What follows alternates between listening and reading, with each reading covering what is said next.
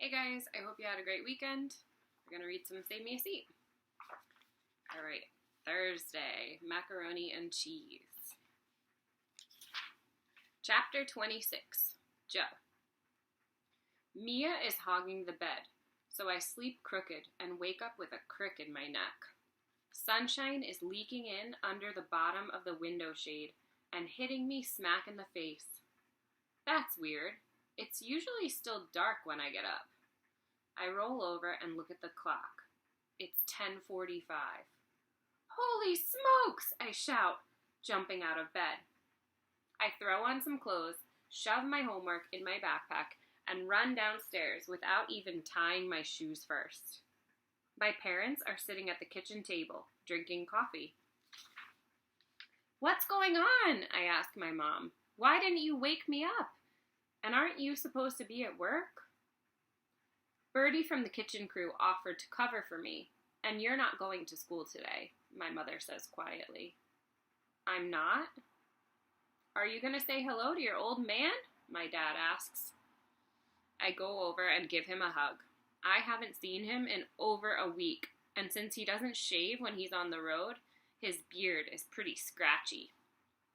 Is it my imagination, or did you grow another foot while I was gone? He asks. I don't know, I say. Maybe. Does somebody want to tell me what's going on? Have a seat, Joey, my mom tells me. I'll get your breakfast. Usually on school days, I eat a couple bowls of cereal and a smoothie in the morning. But my mother has made huevos rancheros. She and my dad have already eaten, so she loads up a plate with fried eggs and corn tortillas covered in salsa and sets it on the table in front of me. Sprinkle a little of this on top, she says, setting a small glass dish of chopped up green stuff next to me. It's cilantro, filled with vitamin K. Let me know if you want hot sauce too. Huevos rancheros is one of my favorites, but for the second time this week, I've lost my appetite. Are we about to have a family meeting? I ask. My parents look at each other. Your mom and I do need to talk to you, Joe, my father says. Sounds like a family meeting to me. What do we need to talk about, I ask, even though I'm pretty sure I already know. My father turns to my mother. What's the boy's name again, he asks. Dylan, she says. Dylan Samreen. Here we go. What kind of name is Samreen? My father asks. He's Indian, I say. What's his problem with you, Joe? I shrug. Have you ever tried sitting down with Dylan and telling him how you feel? My mother asks. Come on, Gracie, my father says, shaking his head. Don't you know you can't talk to people like that? It doesn't work. What are you suggesting, Kirk? That he punched the boy in his nose? Says my mother. It would serve him right. These people come over here expecting to have it all. They ought to show some respect. What people? I ask. Immigrants, my father says. They're visitors in this country. Who do they think they are, pushing us around? Dylan's not a visitor. He was born here, I say. His dad's a doctor. You're missing the point, Joe, my father says. The point is you have to man up and fight back. Lower your voice, Kirk, my mother says. There you go again, Grace. Stop babying him, or he'll never learn to stand on his own 2 feet. I know how to stand on my own 2 feet, I say. I do it every day. You just don't know about it.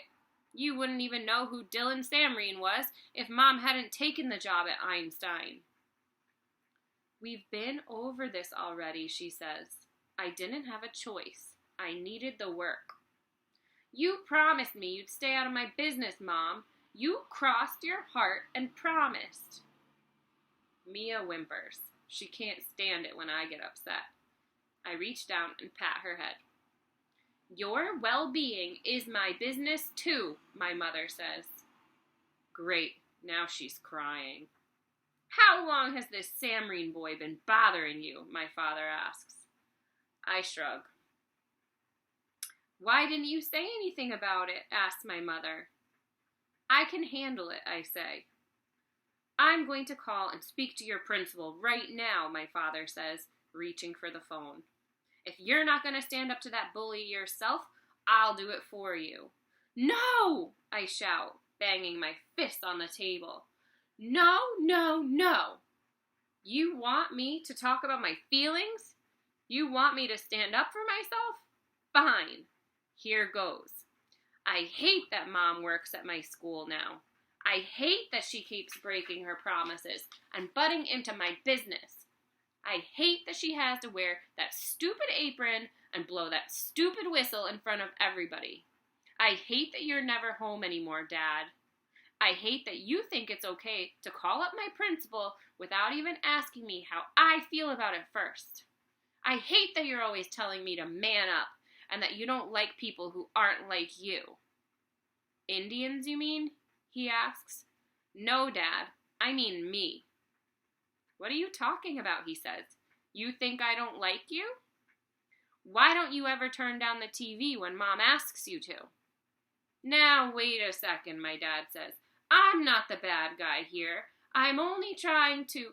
Let him finish, Kirk, my mom says, reaching over and putting her hand on his arm. It feels kind of like I'm throwing up. I can't control what's coming out, and it's not going to stop until I'm empty. I hate that the kids think I'm dumb and that the teachers don't like me. I hate being afraid to raise my hand even when I know the answer.